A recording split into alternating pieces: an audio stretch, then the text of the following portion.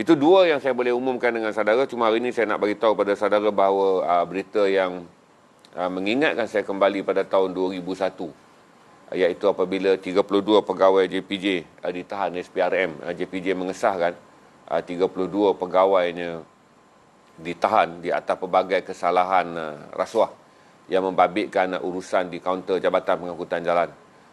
Sama ada mereka didapati bersalah ataupun tidak, kita jangan buat tanggapan sekarang. Tetapi apabila tangkapan dibuat, telah wujud satu usaha yang serius di pihak Suruhanjaya Pencegahan Rasuah Malaysia dan JPJ. Kerana bukanlah aneh bagi setiap orang mempunyai persepsi yang negatif tentang JPJ. Saudara pernah berurusan dengan JPJ, saya pernah berurusan dengan JPJ. Saya pernah menjadi wartawan penyiasat mendedahkan skandal JPJ.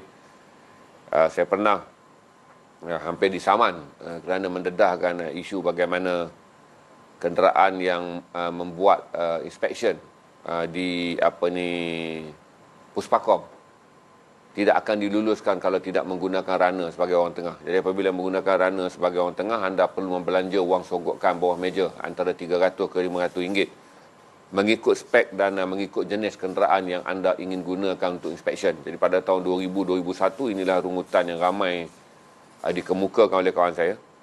Jadi saya mendapat maklumat. Jadi kami menyamar dengan menggunakan sebuah kamera phone tersembunyi. Waktu tu belum ada kamera yang detail macam ni tuan-tuan. Kita hanya menggunakan kamera rakaman Nokia yang maksimum rakaman boleh seminit. Jadi kita terpaksa standby 2-3 kamera. Kerana waktu tu teknologi kamera tak boleh video sepanjang yang ada sekarang. Jadi Nokia waktu mula diperkenalkan pada tahun tu hanya menghasilkan sebuah teknologi yang boleh merakamkan video tak lebih seminit.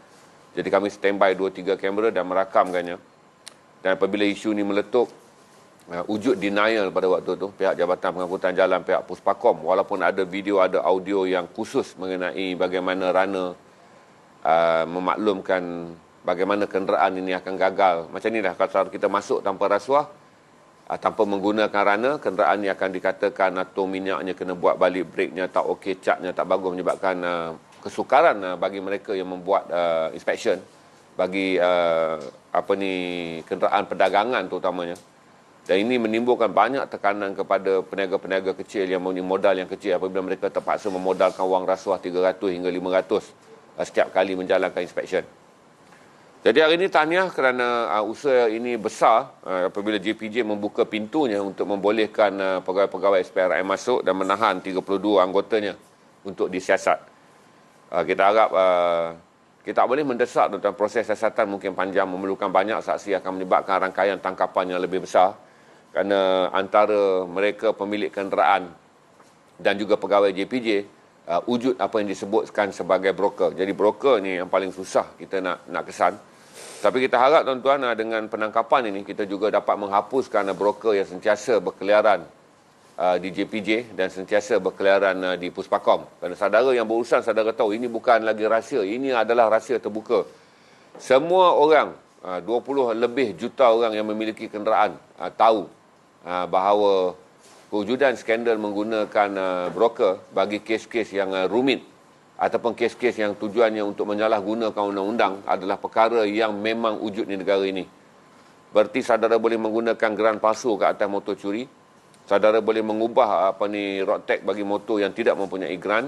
Saudara boleh meletakkan nombor chassis palsu bagi kenderaan yang ingin saudara tukar nombor geran. Macam-macam ada tuan-tuan. Tapi hari ini alhamdulillah dengan penyerbuan pihak polis di Raja Malaysia dan menahan 32 pegawai JPJ, dengan serbuan pihak SPRM dan menahan 32 pegawai JPJ, kita menanti sidang akhbar. Barangkali tidak hari ini, tapi 2-3 hari lagi sidang akhbar akan dibuat apabila proses tahanan ini, tahanan siasatan ini berakhir. Kita harap Ketua Pengarah SPRM dapat membuat kenyataan media mengenai jenis rasuah apakah yang sedang dibenteras. Sama ada pemalsuan geran ataupun pemalsuan kenderaan perdagangan atau skandal yang lebih besar, iaitu penyelundupan kenderaan yang kemudiannya diluluskan penjualannya oleh pihak JPJ walaupun tidak melalui proses pembayaran cukai kepada custom dan tidak menggunakan geran yang sebenarnya. Ini banyak ni istilah kereta potong, kereta seruduk, bukan lagi rahsia tuan-tuan. Tetapi tanpa skandal JPJ mustahil perkara ini boleh berlalu. Tahniah pada SPRM, anda telah melangkah masuk ke satu lokasi yang selama ini telah lama menjadi lokasi yang orang awam mempunyai tanggapan sebagai lubuk rasuah. Walaupun ramai pegawai JPJ bekerja dengan baik, saya berurusan di kaunter JPJ hampir selalu. Hampir selalu tuan-tuan, di kaunter JPJ kita adalah pengguna kenderaan hampir selalu, dan saya akui bahawa saya bertemu dengan pegawai JPJ yang baik. Tapi tidak dapat kita nafikan juga bahawa persepsi kes-kes jenayah kenderaan, kes-kes penipuan yang membabitkan bidang kuasa JPJ adalah rahsia terbuka yang diperbualkan di mana-mana. Jadi kita harap kita akan dapat melihat rentetan daripada tangkapan ini, apakah lebih ramai tangkapan akan dibuat, terutama di negeri-negeri yang lain selain Selangor dan Kuala Lumpur yang menjadi lubuk bagi skandal ataupun sindiket yang membabitkan JPJ dan kenderaan ni. Kita harap di negeri-negeri lain juga akan dibuat, kerana ini bukanlah rahsia. Rakyat Malaysia tahu perkara ini berlaku dan dia telah berlarut dengan begitu lama.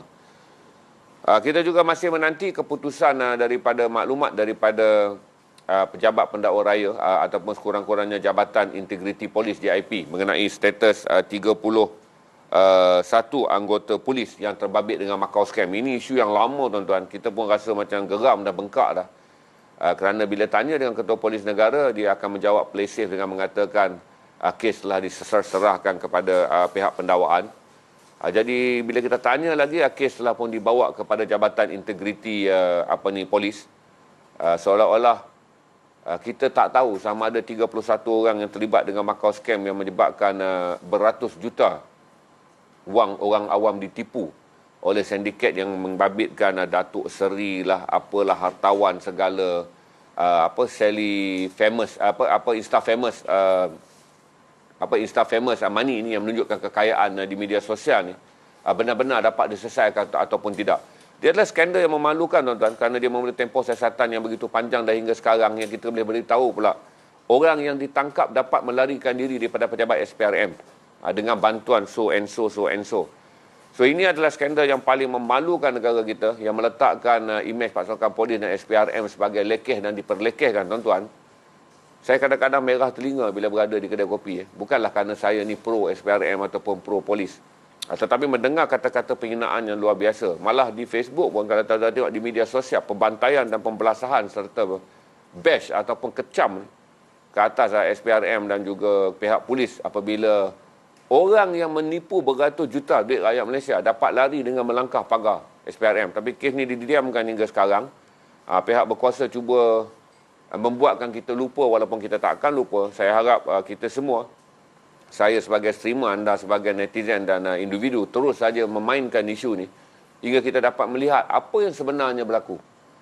Kalaulah isu ni tak dapat disiasat kerana begitu berkuasa mereka yang menjalankan scam dan menipu beratus juta rakyat Malaysia, dia akan meninggalkan perception mereka menipu beratus juta rakyat Malaysia dengan merasuah berpuluh-puluh juta kepada orang yang menjalankan undang-undang. Kalau dalam kes yang dah ada sebelum ni pun siasatan membuktikan seorang anggota polis berpangkat Deputy Superintendent mengetuai usaha melindungi Macau scam ni, dan kemudian ada 30 lagi pegawai dan juga anggota yang terbabit untuk memberi pelindungan kepada sindiket yang besar dan meraih keuntungan beratus juta ni tuan-tuan. Dia memalukan negara ni. Kerana apabila saya cerita tentang sindiket ni, saya akan berpindah nanti pada saudara kesan rasuah, indeks rasuah, dan juga kenapa negara ini berada dalam prestasi yang buruk ekonominya, selain daripada kita nak menyalahkan politik, tetapi persepsi rasuah ke atas negara kita juga adalah tinggi. Walaupun kita nak mengatakan rasuah politik adalah satu hal, rasuah orang awam setakat saman tepi jalan ni tuan-tuan, kita boleh kata hari-hari berlaku. Ini tak boleh kita nafikan, sama ada dengan mana-mana penguatkuasa. Tetapi imej pasukan polis harus dibaiki, dan Ketua Polis Negara terutamanya harus menyegerakan pendiriannya dengan tidak bermain tarik tali. Apabila kita tanya dengan KPN, apa terjadi dengan 31 orang yang ditahan kerana disyaki terlibat dengan skandal Macau scam, beliau mengatakan kertas siasatan dah ada, diserahkan kepada JIP, iaitu Jabatan Integriti Polis. Setakat ni anggota masih bekerja, tidak dipecat dan melalui begitu banyak proses. Kalaulah tuan-tuan kita harus menyediakan novel yang tebal untuk menyelesaikan rasuah di negara kita, kita harus menulis kertas laporan yang tebal dan sentiasa memberi alasan bahawa di dalam negara ini hendak mendakwa perasuah lah perkara yang paling sukar, hendak mendakwa mereka yang terlibat dalam money laundering lah yang paling sukar, mendakwa mereka menjadi scammer lah paling sukar, berarti kita sedang memberi laluan kepada anak-anak kita untuk berfikir bahawa inilah 3 pekerjaan yang menarik untuk dilakukan. Kerana inilah 3 pekerjaan yang paling sukar untuk didakwa, dan anda menjadi kaya raya walaupun anda diketahui scammer dan penipu, tetapi undang-undang mengatakan anda terkecuali kerana sukar untuk didakwa. Dan sekiranya inilah yang menjadi trendnya, tuan-tuan, dia akan mencetuskan fikiran kepada anak-anak kita. Berjumpa dengan bertemu dengan pegawai polis dan juga pegawai SPRM adalah sebahagian daripada kerja untuk melaksanakan jenayah. Jadi kita harap pihak polis faham dan pihak SPRM faham pentingnya isu ini diselesaikan segera, kerana penipuan skandal sindiket Macau scam bukan sikit. Dia membabitkan beratus juta, meraih dan meragut darah hingga kering mereka yang kehilangan wang, terutama mereka yang pencen dan kemudian ditipu oleh sindiket Macau scam ni. Itu yang saya boleh bagi ingat dengan saudara tentang apa yang sedang berlaku. Dan saya boleh jelaskan juga pada saudara mengenai indeks bahagian 4 ni. Kita akan skip bahagian 3, Mahfuz, kita akan pergi bahagian 4. Iaitu pada 2012 hingga 2020 kita melihat indeks korupsi.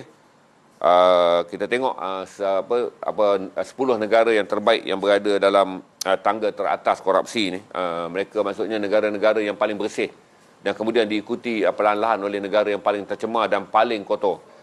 Denmark masih lagi menguasai di atas bersama dengan New Zealand dan Finland. Finland pernah menjadi kuasa yang paling utama. Kali ini Denmark telah meminta sejak 2012 dan 2020 dalam purata ukuran indeks negara yang paling bersih daripada rasuah. New Zealand kekal di tangga yang kedua, ada 10 tu. Malaysia di tangga ke-57 dan Indonesia berada di tangga ke-107. Ini adalah indeks persepsi. Ini adalah indeks persepsi. Bagaimana pengeluar indeks ni, iaitu perception index ni, melihat status negara-negara yang dilihat sebagai paling buruk amalan rasuah. Berarti Malaysia dianggap 57 terbaik. Dah kira buruk dah tu, tuan-tuan, sebab kita akan kira ranking yang dicari adalah 20 ke bawah. Kemudian Indonesia berada di tangga 107, lebih teruk, 2 kali ganda lebih teruk daripada Malaysia. Tetapi kemudian saya akan cerita kenapa indeks rasuah ni saya ambil. Tetapi Indonesia menjadi negara tumpuan pelabur utama. Kita akan jam selepas saudara tengok indeks ni. Apabila saudara tengok sekarang gambar Malaysia berada di tangga 57. Dan kemudian saudara akan melihat grafik Indonesia berada di tangga yang ke-102. Bagaimana pula apabila Indonesia menjadi negara yang dianggap paling antara yang buruk korupsinya, iaitu 107. Boleh menerima angka pelaburan terbesar di kalangan negara-negara ASEAN dalam tempoh 2018, 2019 dan 2020. Ahli ekonomi memperjelaskan kenapa pelabur lebih suka negara ASEAN yang lain, iaitu tidak Malaysia. Kerana daripada jumlah pelaburan yang ada, tuan-tuan dapat tengok di situ, orang lain meraihkan 80% nilai pelaburan, iaitu gandingan daripada Indonesia, Vietnam dan Filipina dan Singapura, berbanding Malaysia yang hanya menerima 1.9 bilion USD. Itu menunjukkan mengapa kemusyaratan berlaku. Walaupun Indonesia dianggap, tadi kalau tengok indeks rasuah kita berada lebih baik. Singapura dah tentu lebih baik. Saya rasa Singapura berada dalam indeks yang ke-23. Tak silap saya lah, daripada indeks yang dilihat sebagai negara yang paling terbaik tu. Dalam ASEAN dia nombor 1, dalam Asia Singapura di tangga yang ke-6. Okey. Singapura nombor 3. Singapura berada nombor 3 di mana? Tak. Singapura berada di tangga yang ke-3 di peringkat dunia bersama dengan Finland. Saudara boleh tengok dekat indeks tu menunjukkan standardnya Singapura. Tetapi kenapa dari segi pelaburan, walaupun Malaysia berada pada kedudukan yang lebih baik daripada Indonesia dan daripada Vietnam, tetapi pelabur memilih untuk pergi ke buah negara yang dilihat indeks korupsi yang lebih tinggi. Kita akan ambil berita yang paling mengejutkan yang dilaporkan apabila Honda bersetuju untuk memindahkan operasinya daripada India ke Indonesia. Ini adalah berita yang paling besar bagi sektor ekonomi, kerana dia membabitkan pelaburan 1.9 bilion ringgit Malaysia. Ini adalah angka pelaburan yang dibawa oleh syarikat Honda untuk menutup operasinya di India dan berpindah ke Indonesia. Apa yang menjadikan Indonesia yang walaupun gagal membaiki indeks rasuahnya lebih baik, tapi kita dah tahu 16 syarikat meninggalkan Malaysia termasuk Hyundai. Sekarang bukan Malaysia saja yang kehilangan pelabur, 16 pelabur utama yang berpindah ke Indonesia. India juga mengalami masalah yang sama apabila Honda memilih untuk membina kilang terbesarnya di Asia di Indonesia. Walaupun negara-negara ini adalah negara-negara yang digariskan sebagai rasuah yang paling buruk, tetapi Indonesia dipilih kerana dua perkara, iaitu pertama adalah kerana kedudukan politiknya yang lebih stabil, dan kedua adalah daya saing yang ditawarkan oleh beberapa insentif yang ditawarkan oleh Indonesia kepada pelabur asing. Ini menjawab soalan yang daripada dulu saudara selalu tanya, apa kurangnya Malaysia, apa kurangnya Malaysia. Kita harus mengakui kekurangan kita adalah kerana politik kita berasa dalam keadaan sangat rapuh. Negara ini terlalu politiking, tidak stabil, tumpuan rakyatnya terlampau banyak berpolitik kerana ahli politiknya banyak berpolitik, menjadikan akhirnya walaupun kita berusaha keras untuk membersihkan negara ini dari rasuah, bila polis pergi tangkap banyak mana pun tuan-tuan, SPRM buat kerja serajin mana pun tuan-tuan, tetapi dia tidak meninggalkan persepsi yang baik kepada pelabur asing. Kerana pelabur asing mengatakan bahawa rasuah bukanlah risiko yang paling tinggi. Bila pelabur asing menganggap bahawa risiko yang paling tinggi adalah politiking. Berarti seperti mana India kehilangan pelabur, bukan sahaja Malaysia, apabila Honda berpindah dan menjadikan Indonesia sebagai bandar pemotoran, bandar automobil mereka, berarti Honda bersama dengan Hyundai kini menjadi dua syarikat, iaitu pengeluar syarikat terbesar daripada Korea Selatan dan syarikat pengeluar kereta terbesar daripada Jepun, kini telah berada di Indonesia. Macam saya beritahu pada saya, untuk saudara dapat gambar rajah ni, walaupun rakyat bertungkus lumus untuk memerangi rasuah, walaupun polis bertungkus lumus untuk memerangi rasuah, SPRM bertungkus lumus bekerja untuk memerangi rasuah, tetapi akhirnya semua perang ini musnah kerana dia dirosakkan oleh sistem politik. Apabila pelabur asing meninggalkan negara ini dan memilih, kalau mereka pilih Singapura, kita faham tuan-tuan, Singapura terkehadapan dalam banyak benda berbanding Malaysia, kecuali tenaga buruh. Kalau mereka memilih Filipina dan Indonesia, itu buat kita tak faham. Kerana kita memiliki sistem pentadbiran yang kita kata lebih baik. Kita memiliki indeks rasuah yang jauh lebih baik berbanding Indonesia dan juga berbanding Filipina. Malah berbanding Vietnam pun.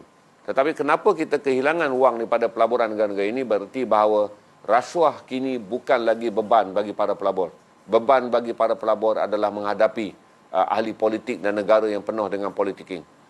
Saya tak berniat nak mencela ahli politik, tuan-tuan. Ini adalah perkongsian fakta supaya saudara dapat, sebab petang-petang ni tuan-tuan, saya selalu mengambil gambaran bahawa kita berkongsi maklumat untuk meningkatkan pengetahuan dan cara kita berfikir.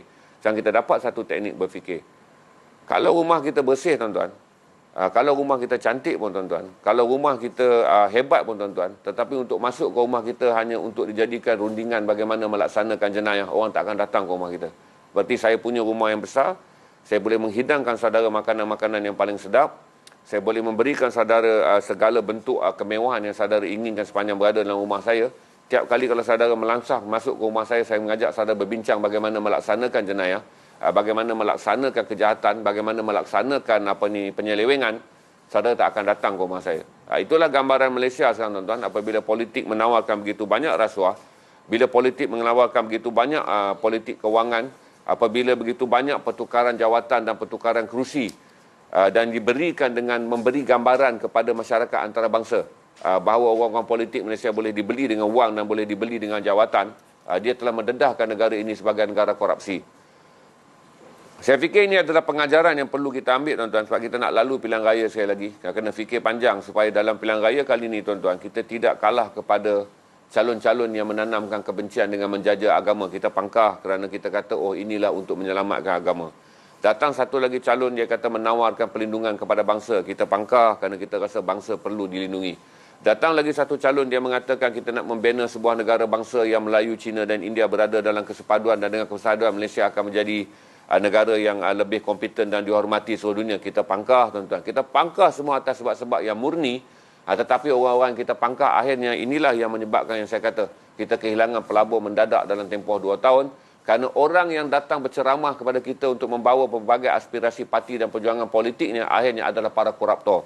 Koruptor dalam bentuk mereka menjaja kerusi, menjaja jawatan, bertukar-tukar kerusi dan bertukar-tukar jawatan untuk kekal berkuasa.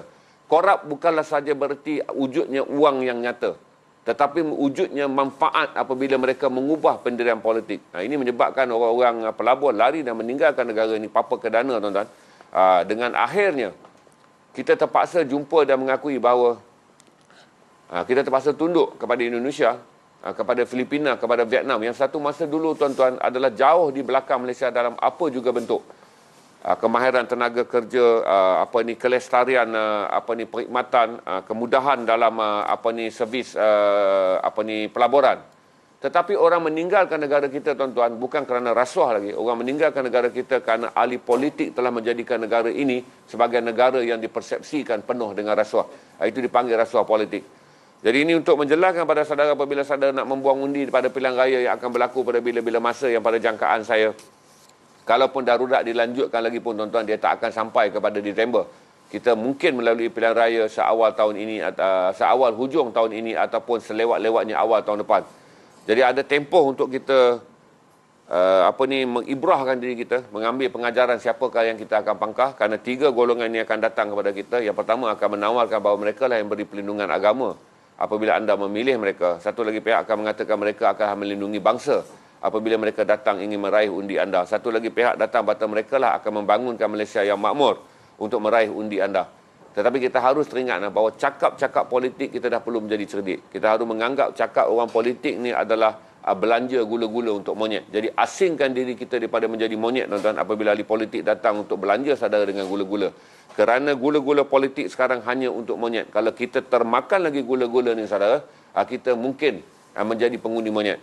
Jadi tuan-tuan berhati-hati kerana saya telah memberi gambaran pada saudara tentang perjuangan kita menentang rasuah, tetapi akhirnya dia tidak mengubah negara ini menjadi baik. Perjuangan kita untuk membajarikan negara ini syurga pelabur, tetapi akhirnya dimusnahkan oleh orang-orang politik yang berjaja dan bertukar kerusi. Musuh menjadi kawan, kawan menjadi musuh. Yang semalam mereka perangi, hari ini adalah mereka persahabatkan. Yang semalam mereka maki, hari ini adalah mereka puji. Yang semalam kelihatan adalah orang yang terburuk di mata mereka, hari ini adalah orang yang terbaik di mata mereka.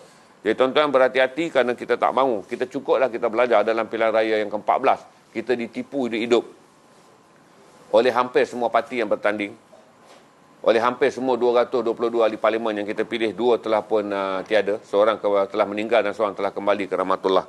Jadi hati-hati dalam pilihan raya akan datang. Sistem politik apakah yang saudara akan pilih, siapakah yang saudara akan undi.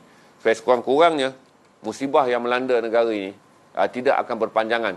Kalaulah COVID berakhir pun, tetapi musibah politik masih lagi berterusan, berarti kita akan berada dalam pandemik politik dan akhirnya kita akan dapat keluar daripada kemelut ekonomi yang menyebabkan berjuta-juta orang hidup dalam kesengsaraan. Itu sahaja saya akan share dengan saudara hari ini. Yang lain tu saya rasa saya tak sempat sebab panjang, kita simpanlah setengah untuk hari-hari yang lain. Kita pun dah hampir 30 minit. Kalau ada soalan yang saya mungkin jawab sikit lah, tuan-tuan. Tapi jangan tanya soalan-soalan yang sangat politiking. Saya akan jawab benda ni dalam bentuk kita panggil. Kita anggaplah sesi petang ni macam sesi bertukar-tukar pandangan, tuan-tuan, untuk meningkatkan kepintaran kita. Saya pun tak mau menanam kebencian pada saudara. Saya tak mau menanam politik hatred hingga saudara benci orang politik. Apa yang saya tanam adalah fikir. Bagaimana kita berfikir. Jadi elakkan daripada saudara menerima maklumat saya dan menyimpannya dalam hati sebagai asbab untuk saudara membenci dan menjadi pemaki politik. Tapi ambil dia sebagai benda untuk saudara bawa berfikir, kerana kita ada tempoh untuk mendepani pilihan raya antara 6 hingga 9 bulan daripada sekarang.